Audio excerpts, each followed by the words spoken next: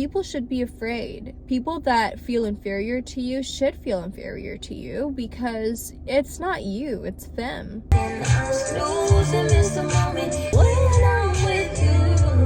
Hello everybody, welcome back to my channel. My name is Olin Quinn. My name is Olin Quinn. Happy New Year's! Merry Christmas, Happy New Year's! Merry Christmas to everybody who celebrates it, and Happy New Year's to all of us. And this year, we're gonna start real strong. We're going on full speed because I'm going to be talking about one thing that I realized I went through, and I know that most of you guys went through too. Stay tuned.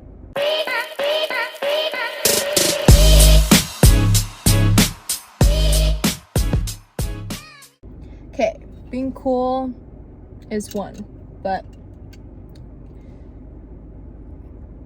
I just cannot see, all right, without these glasses. There's too much light going on.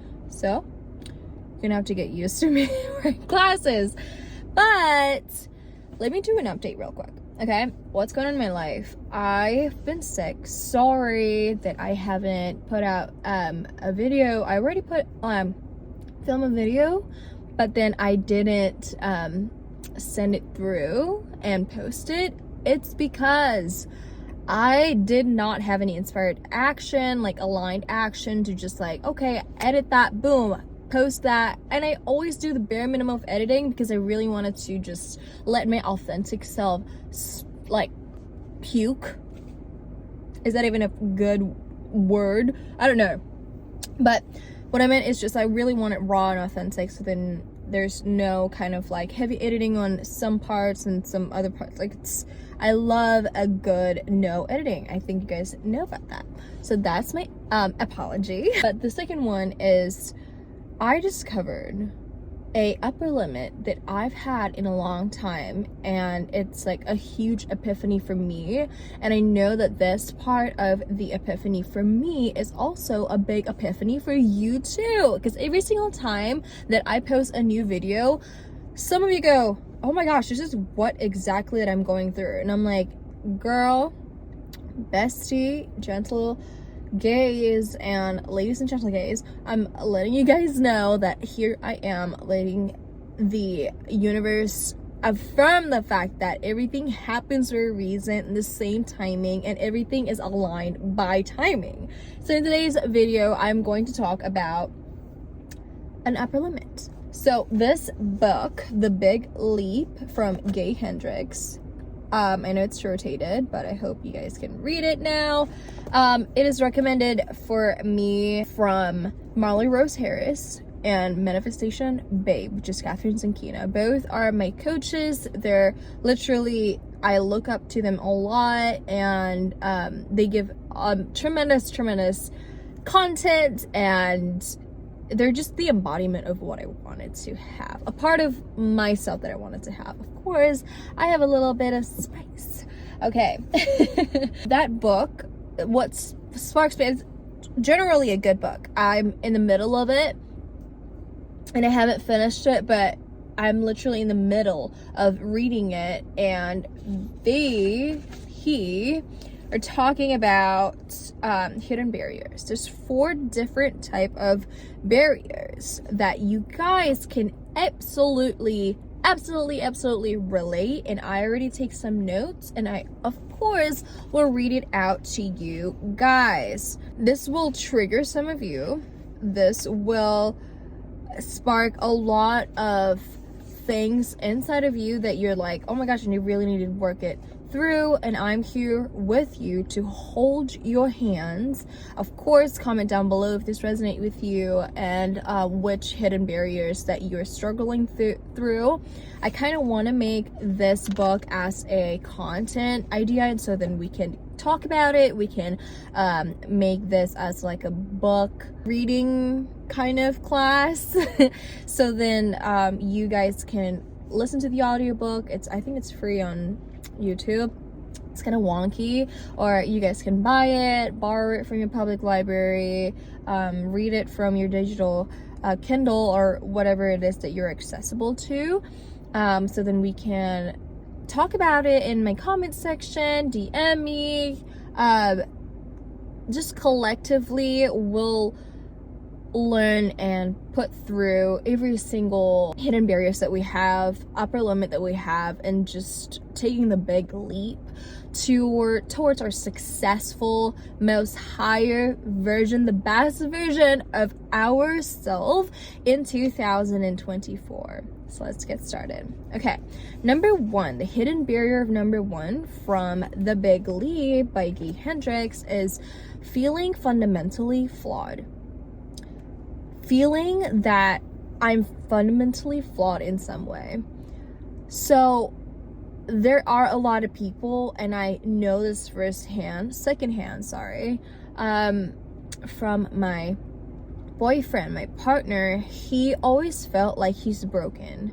He never say it, but he always mentioned that he's like, honey, like, I was broken. I still feel I'm broken. I feel like I'm broken. I feel like a car that needed repair on the wheels, maybe some rear view mirror just broken. I really need to fix it. And I'm like, you're not broken. Why do you think that you're broken? And he's like, well, my experiences and all that stuff. And I'm like, why do you think that you're broken just because of your past? You have to know deep from within, you have to know the fact that before you are you, before I am you right now, coming in this body, coming in that body of his, coming in that body of yours, you having our name as a human being, we were a hole in the utero. Before the utero, before we know we chose our family, we were a soul up there circling around the universe, living different lifetimes and connecting back to our higher self and knowing what we wanted to live in the next life. As a whole, we know that we're literally authentic glow goddess and gods.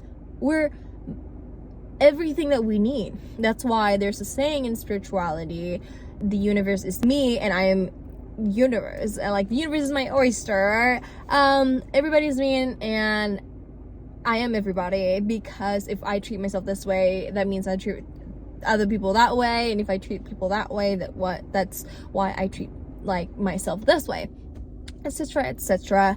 We are a whole. I know that there's so many like vague meaning towards that. A lot of people would go, what? Care to explain it to me? I will explain it. It is the state where we know past, future, and present self back to the authentic utero and pre-utero state, which is our authentic self goddess. I love to say authentic glow goddess because we're glowing as a soul and we're so authentic. We don't have any fear, shame, programming that we learned from the ages 0 to 7, 13 if I'm being generous. And just, it is a pure form of your soul essence. And the fact that time is just so relative, right? Why time is so relative, I know I'm going back to tangent right now, but I really want to explain this to you. I don't want to there's so many like science people out there that like, oh, I want to hear what she's about to say about this. I don't know, okay? I don't know exactly, but I do know the fact that time is just relative. Over here, we could, it's 1 year, that means 360 days. And then in Mars, it's different time. In Jupiter will be different time, and etc., etc. And it's different between dimension and between planets and where our Milky Way or any other galaxy located, okay? And when we're in the higher self, we live past, present, future, so it's definitely just like present at that point, but we already know what's coming and what has gone in the past. We know our value, and we're not programmed by shame, doubt, fear, and programming that we learn from 0 to 7 as we're, as human, before even we were at the womb. And to be exact, I heard that our programming was starting when our grandma was in the womb, 5 months in the womb. I was reading it, I'm like, oh my god. But just remember the fact that you're doing this work, inner work inside you, that you're here with me right now. You're fixing your entire lineage. I know it sounds really woo-woo right now, but trust me on this. Whenever you are shining the light on that and knowing the fact what you are going to like fix, okay, I already shined the light on here, it's not a dark room anymore, and I could just, it's really messy in here, let me just fix everything. And then because of that, you know that already by daily work and routine and just like fixing it's like driving your car, right? Fixing your mirror and then just like brushing your teeth and then, putting a sunscreen on. It's daily routine application and process. You are fixing your entire lineage, so then you wouldn't do it for your next generation or the people around you in your life, that your chosen family that you choose. Okay, number 2, hidden barrier number 2 is disloyalty and abandonment. I firsthand experienced this. A huge tangent of questions with my mom, like, hey mom, I wonder what happened before my birth, when I was in the utero, before I got conceived, or during the time I was conceived, and after that, and after I'm born, or during the birth time. What did you do? How was the situation back then? And she just, explained what happened in very detail, and she's very, very, very loved the story of how I was born. And I realized that my dad wasn't there to hold her hands, and all her life until now, she felt like she's not supported. She felt like no one supported her, and she goes through this life alone. Not that she complained about it, she always takes so much pride, and I full on, oh my god, she's the most amazing mom that I could ever ask for. I mean, I choose her for a reason, and to not grow up with my dad just because I have certain amount of stories and lessons that I wanted to give to you guys. Like right now, the abandonment issues that I have with my dad, he doesn't, not that only he left me at 2 to Canada back when I was living in Indonesia, he was not there when I was born to hold my mom's hand, because whatever my mom's feeling, it goes down to me before I was born and after I was born, right? Somewhere right behind me. So I was like, oh my gosh, so where's my dad? Oh, he went to your grandma's place and take her shopping because she needed help that time. And I was like, oh, okay. As a child, if I were to listen to that story, and I would internalize that, because human brains love to generalize. We love to generalize. When mom doesn't listen to us, we think the whole world, the whole universe doesn't listen to us, but that is wrong. That is not true. That is a lie that we believe, because beliefs are greater than truth. It doesn't matter if it's truth or if it's lies. But if you believe the beliefs that you put into yourself, you will take that to the grave until you realize that belief is like kind of a lie. Like, let me take another lie that's like better than this lie. Because in this lifetime, like Catherine Zankina said, I heard this from her podcast when she told the story, and if you want to know, you could go to her podcast. Her recent podcast is really good. But she said that, you know what? It's true.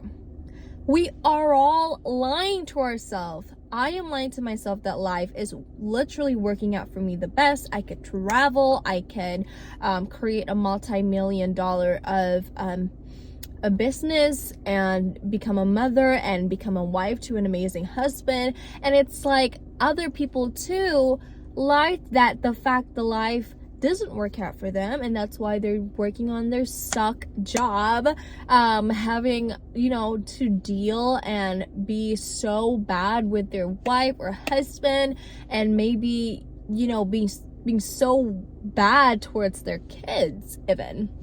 So we are lying to ourselves, and the fact that you can know that there are beliefs and know the fact that beliefs are more powerful than the truth. You can choose whatever beliefs that serve you the best at this time going on for here and out, and just to hold on to that, crystallize it, manipulate yourself to lie the fact that our life will be better, and it is going to the direction where it's going, and it's better because I know the fact that I choose that beliefs. Because why? I could choose whatever beliefs if I am already chosen to believe that because my parents told me to, school told me to, the government told me to, everybody around me told me to, my friends told me to. Then those are lies that they hold towards themselves. I can actually receive that, or I can decline the lies. And right now I want to decline the lies. I do not want to believe in that because it's actually a bad lie, and I want to choose, like, I want to know why are those like a bad lies, and I want to choose like the one that, you know, I replaced that, the one that I really wanted to approach to. So the disloyalty and abandonment, our unconscious mantra goes like this: I cannot expand to my full success because it would cost me to end up alone. Be disloyal to my roots and leave behind the people from my past. Also, that could work, you know. Maybe your parents said, oh, don't be famous because look at Elvis Presley or whatever.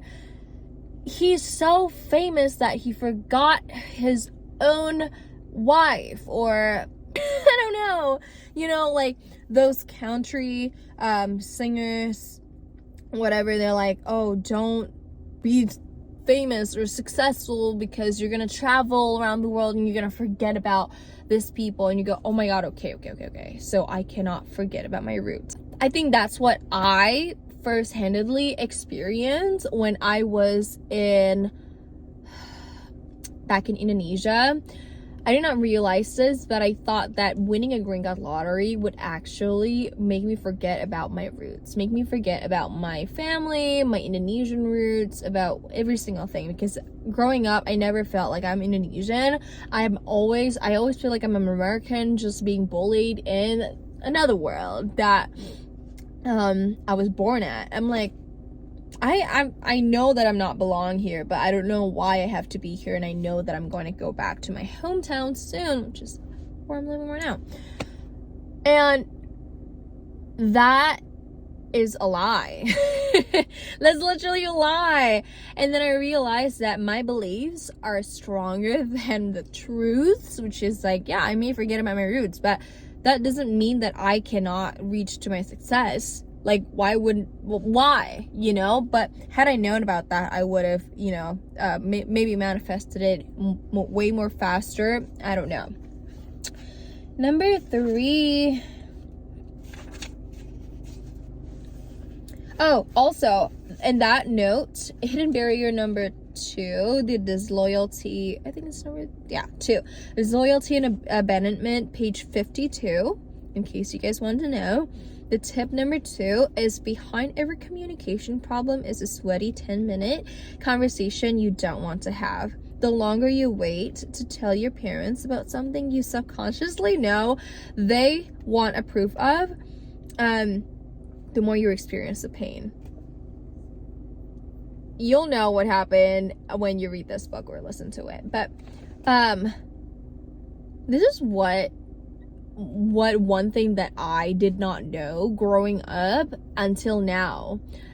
I hold so many secrets from my mom because, you know, I'm growing up like, oh, my mom doesn't have to know all this stuff, but eventually I know that she had to know about it, or else it's going to be like an awkward moment because it's gonna be like an ongoing thing.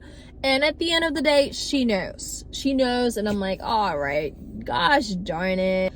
But the story of the book, it was 2 couple that the man's family know that they wouldn't accept the bride that he picked because she's such a like rebel, blah blah blah, and he fell in love with her, and they're like very much in love with them, with one another. My camera is just not doing really well. Well, that works. Okay, yes. And it affects on his upper limit. So they got married, and then after they got married, they pull aside before the party and just, you know, do a cute little lovemaking for the first time, probably. I don't know.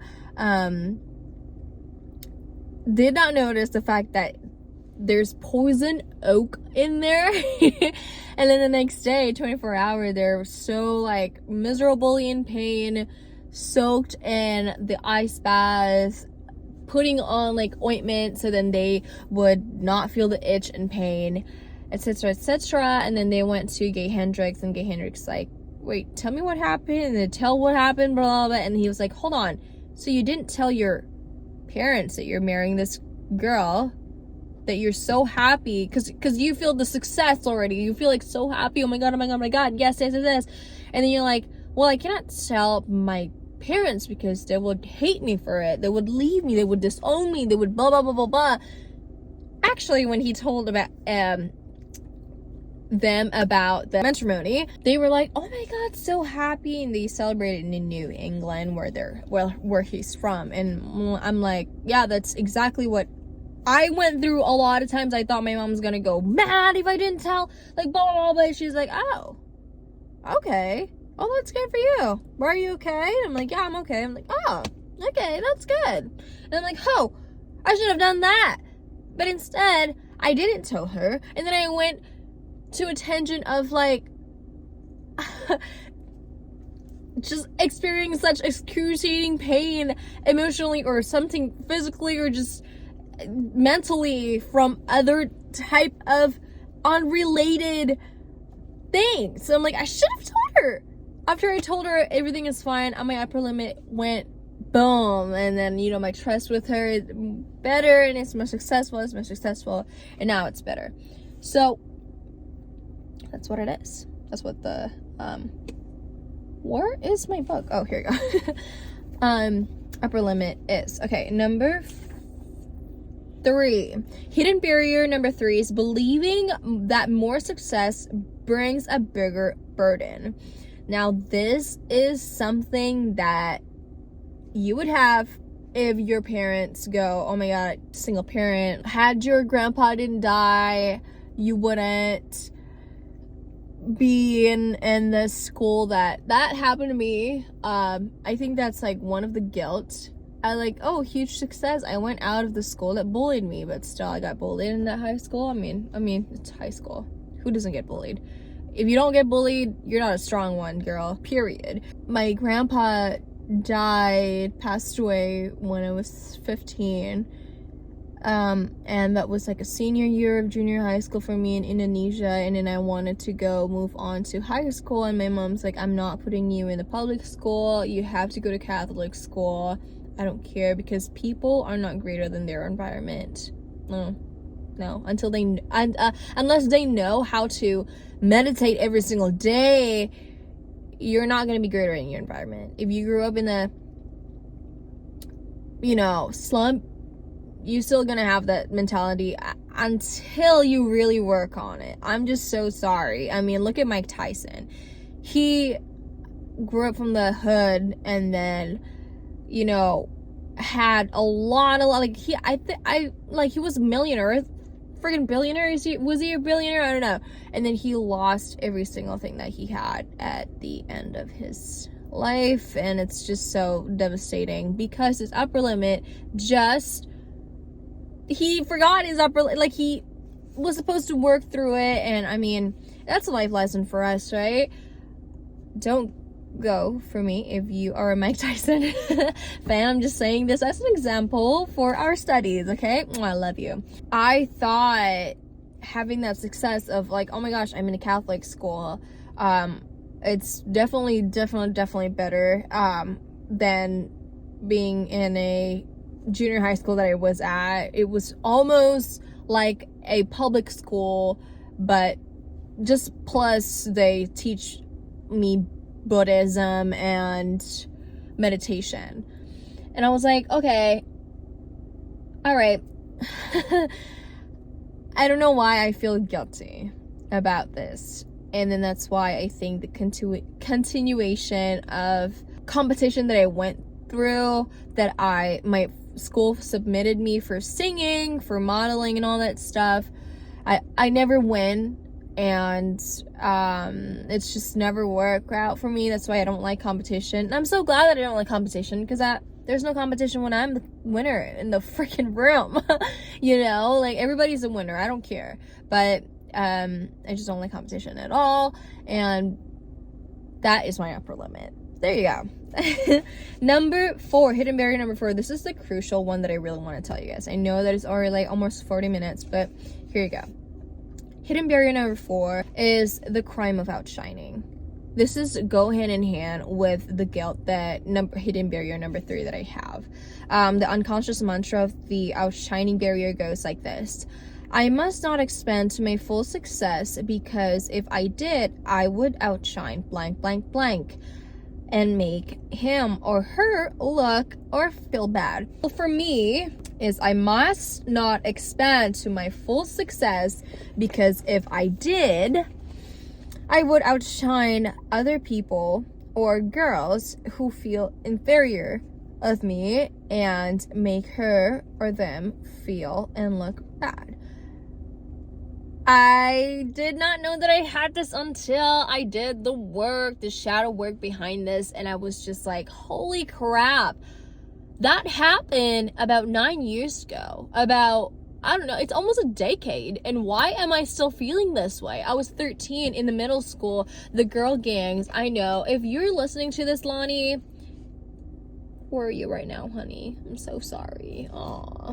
But anyways, she's such a bully, and of course there's a lot of like leeches hanging on to her because she's the most powerful one in the gang, would hate on me. And unfortunately, in that small swamp of a school, I would always be in the same class with the same people every year, because they only have one class, one grade. So I'm like, all right, whatever the heck. That 3 years built out, so I'm grateful for it. I would never ask anything different, but it was just so excruciating for me. And I thought today I was like so mad at myself. I'm like, why are you letting all of those freaking girls, also in high school, also Jennifer, F you, oh my gosh, Andilla, F you, they're all like, oh my gosh, she's skinny, she's pretty, she can speak so fluently like English, and then she can sing, she songwrites, and she can play guitar. Wait, hold on, she's a model too? And she's smart? God damn it. Like, what the fuck? You know, maybe that's what they think. And then, of course, that's what they think, but they would never say it to me. And I would internalize myself, and, you know, their belief just being like, oh, I shouldn't show off. I shouldn't brag about the wins, about the recognition that my teacher put me through, because like, oh, my teacher wants me to public speak at this event that we're gonna have in the auditorium. I am going to fucking fail. And then I didn't, and then but I would feel so bad because everybody was just like, oh my god, you nailed it, blah blah blah. And then like one girl come up to me and she was like, I don't like you. And I'm like, why don't you like me? Why don't you like me? But then I didn't say that. I was like, oh, I'm sorry. I said, I'm sorry. No more. I was just like, oh my god, like, I can sing, I can perform, I love to perform, that's my authentic self, I love to self-express. And right now, I don't live to my highest potential and grabbing my success because I'm still so mad because the epiphany is still right now. I'm so afraid of outshining people. I'm really afraid of that. Well, now I acknowledge the power that I have. I acknowledge the stronghold that I have. And now people just have to watch out. And if you relate to this, you have to embody the fact that you're so fucking cool. You're so amazing. You're such a whole. You are an authentic glow goddess that people should be afraid. People that feel inferior to you should feel inferior to you, because it's not you, it's them. You have to know that. You have to embody that. And I know that your success is inevitable. Okay, I know that feeling of like, oh, but I don't know. But I'm just letting you know, okay? The more that you put yourself out there, the more that you put yourself, your music, your art, your qualities, your talents, your dancing talents, every single thing, your self-expression, your creativity out there. Just say if you want to become a painter and you stop that, you're going to miss out on someone who's about to take their life, and they found out about your paintings and they see it and they're like, oh my god, there's so many things that I could grasp from that, and that painting or that book that you're wanting to write or that song that you wanted to publish changed my life and literally saved it. You would never know. Imagine if whoever the frick invented yoga. I know I should have known this because I'm so obsessed with yoga, but like anyways, did not put yoga out there and did not teach other people yoga. Imagine how many lives he did not save. Oh my god, can you believe how much power does one have when they flourish, when they give themselves out to the universe and be like, hey, you gave me this power, I'm just gonna give it back to you because it's going to affect the whole planet. It just imagine if everybody lived their whole potential self. It will be such a wonderful life, but it doesn't seem to be that way because, again, they need remembering. And by you putting out one art every single time, one poetry, one even like quotes, or just, you know, doing your skateboard, just, I don't know, anything that is a form of self-expression and creativity, it will inspire others to do the same. So whenever you feel unsafe by your success, I need you to inhale, let it out. Do that a couple times and tell to yourself, say it with me, I feel safe with my success and I inspire others to do the same. Say it a couple more times until you believe in it. Breathe into it. Breathe from your nose 4 times, hold on 6 times, and relieve it from your mouth longer than you inhale. A couple of times you do that, you'll feel safe. Your nervous system will feel safe. You just have to say to the universe, I am allowing myself to feel good. My abundance, my love, and my creativity flowing in, and they're all in balance, and I am enjoying it, and I'm allowing myself to enjoy that. I love you guys so much. Thank you for listening. Happy New Year's. This year will be the best year that we will have.